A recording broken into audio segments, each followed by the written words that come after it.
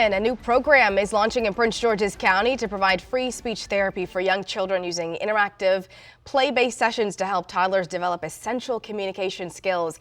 The initiative, called Learning Circles, is aimed at filling gaps in early childhood resources and could expand countywide in the future. Joining us to talk more about the program is Prince George's County Council Chair Krystal Oriadha. Good to see you. Thanks for being with us. For sure. Thanks for having me.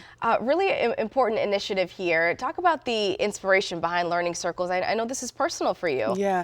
So I have a 2-year-old, and I noticed early that he really wasn't developing words at the rate that I think he should.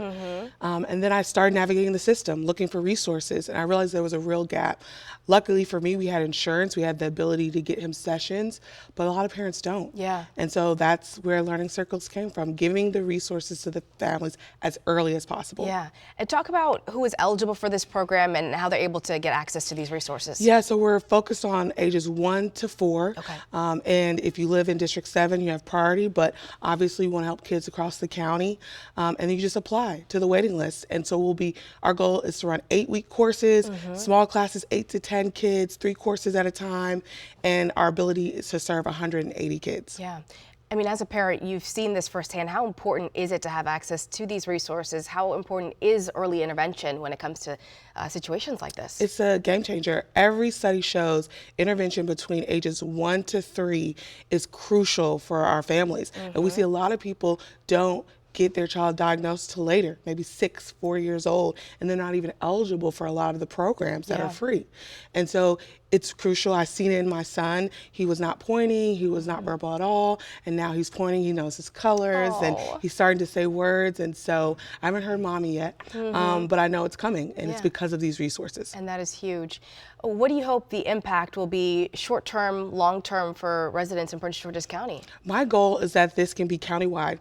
We're launching it in partnership with the library system.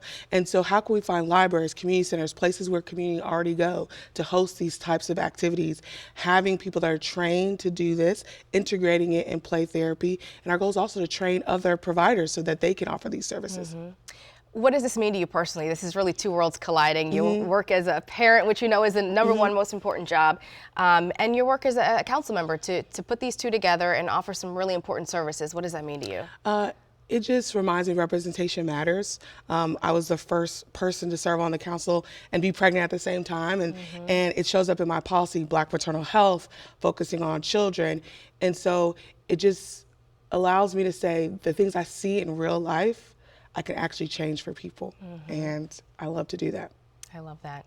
You know, and you talked about plans to potentially expand in the future. Where do you hope to see this go over the next couple of years? I love to see it in every library across Prince George's County. I love to see even funding come from the state, and we really focus on early intervention and real hands-on activities, play circles, even having daycares that are focused on kids that might have delays or on the spectrum. And I'm focusing on opening up and helping a daycare get up and running that focuses on kids that need a little bit extra help. So that's my hope. All right. And where can people go if they're watching this for more information and to register? So they can go on communityonthefrontline.org, or they can follow me on Councilmember KO on Instagram, Facebook, and they can see how to apply there. All right, Councilmember Krystal Oriadha, thank you so much for being with us. We appreciate your time. Thank